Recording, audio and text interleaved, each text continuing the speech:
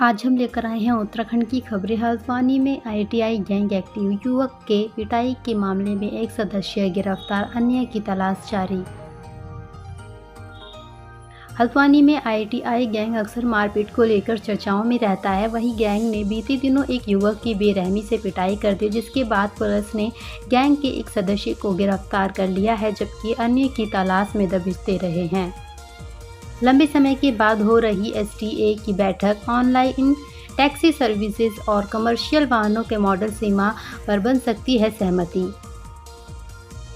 प्रदेश में लंबे अंतराल के बाद उत्तराखंड परिवहन प्राधिकरण की बैठक होने जा रही है, जिसमें ऑनलाइन टैक्सी सर्विसेज और कमर्शियल वाहनों के मॉडल सीमा पर सहमति बन सकती है। साथ ही देहरादून आईएसबीटी में बसों के खड़े करने के शुल्क पर भी चर्चा होगी। हल्द्वानी में सर्राफा कारोबारी को अज्ञात वाहन ने कुचला, मौके पर मौत। लालकुआं हल्द्वानी हाईवे पर सड़क हादसे में सर्राफा कारोबारी की मौत हो गई। सूचना पाकर मौके पर पहुंची पुलिस ने शव को कब्जे में लेकर पड़ताल तेज कर दी है। वहीं घटना के बाद मृतक के परिवार में मातम छाया हुआ है। हरिद्वार मेडिकल कॉलेज के लिए एमबीबीएस की 100 सीटें आवंटित, सीएम धामी ने पीएम और स्वास्थ्य मंत्री का जताया आभार।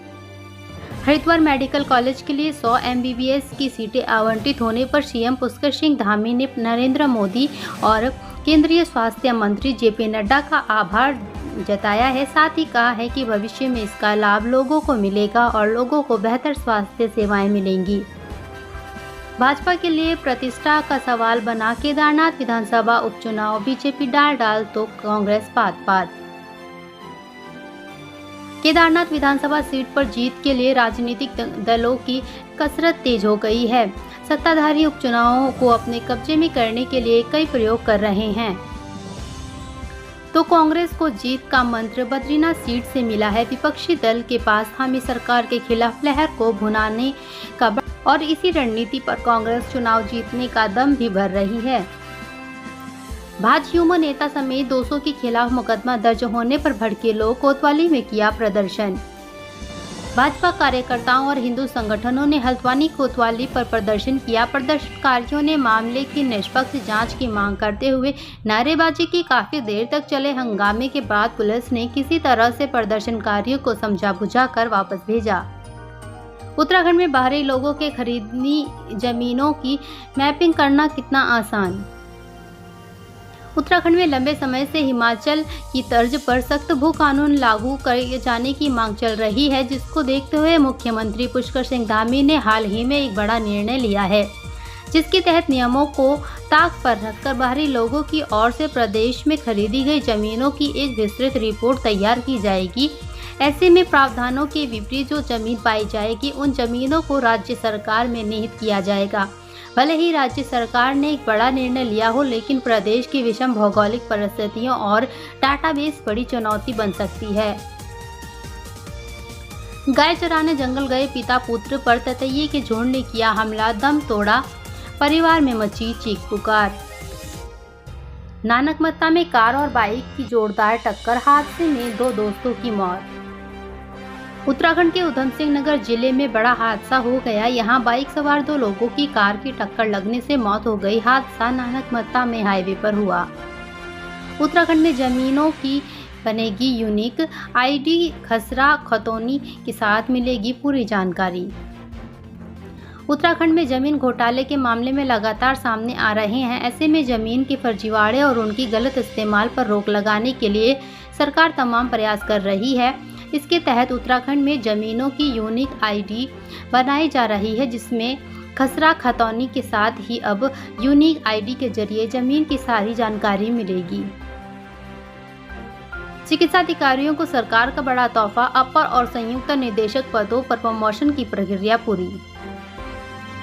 प्रांतीय चिकित्सा स्वास्थ्य सेवा संघ ने अपनी तमाम मांगों को लेकर 4 अक्टूबर से हड़ताल पर जाने का निर्णय लिया है, लेकिन उससे पहले ही उत्तराखंड स्वास्थ्य विभाग ने चिकित्सा अधिकारियों के लिए बड़ा फैसला लिया है। उत्तराखंड पुलिस ने किया अमरीक गैंग का सफाया, आखिरी आरोपी भी दबोचा, अरबों का किया था लैंड फ्रॉड। आखिरकार विभिन्न राज्यों में करोड़ों का लैंड फ्रॉड करने वाले बाबा अमरीक गैंग का पुलिस ने सफाया कर दिया है। इस मामले में आखिरी फरार इनामी आरोपी को भी गिरफ्तार कर लिया गया है। स्टोन क्रैशर जुर्माना माफ मामला, खनन सचिव ने कोर्ट में दिया शपथ पत्र, 15 अक्टूबर को फिर पेश होने के आदेश। नैनीताल हाई कोर्ट ने स्टोन क्रैशर जुर्माना माफ मामले पर सुनवाई करते हुए अगली सुनवाई पर खनन सचिव और निदेशक को फिर से व्यक्तिगत तौर पर पेश होने के लिए कहा है। आज सचिव ने कोर्ट के पिछले आदेश पर शपथ पत्र पेश किया।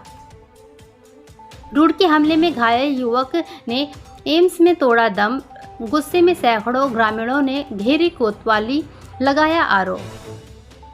हरिद्वार के रुड़की में बदमाशों के चाकू के हमले में घायल युवक ने एम्स ऋषिकेश में उपचार के दौरान दम तोड़ दिया। गुस्से में सैकड़ों ग्रामीणों ने गंगनहर कोतवाली का घेराव किया। हल्द्वानी में कांग्रेस ने निकाली जन आक्रोश रैली, बीजेपी सरकार को जमकर घेरा। सोमवार 30 सितंबर को कांग्रेस ने नैनीताल जिला मुख्यालय हल्द्वानी में जन आक्रोश रैली निकालकर बीजेपी सरकार को घेरा। कांग्रेस का ये प्रदर्शन नेता प्रतिपक्ष रजपाल आर्य और प्रदेश अध्यक्ष करण महाना के नेतृत्व में किया गया। तुंगनाथ मंदिर के जीर्णोद्धार को मिली सैद्धांतिक मंजूरी, नए स्वरूप में नजर आएगा धाम।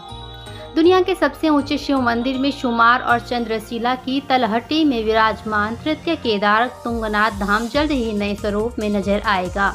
सरकार ने तुंगनाथ मंदिर के जीर्णोद्धार, सौंदर्यीकरण और आवश्यक सुरक्षात्मक कार्यों की मंजूरी दे दी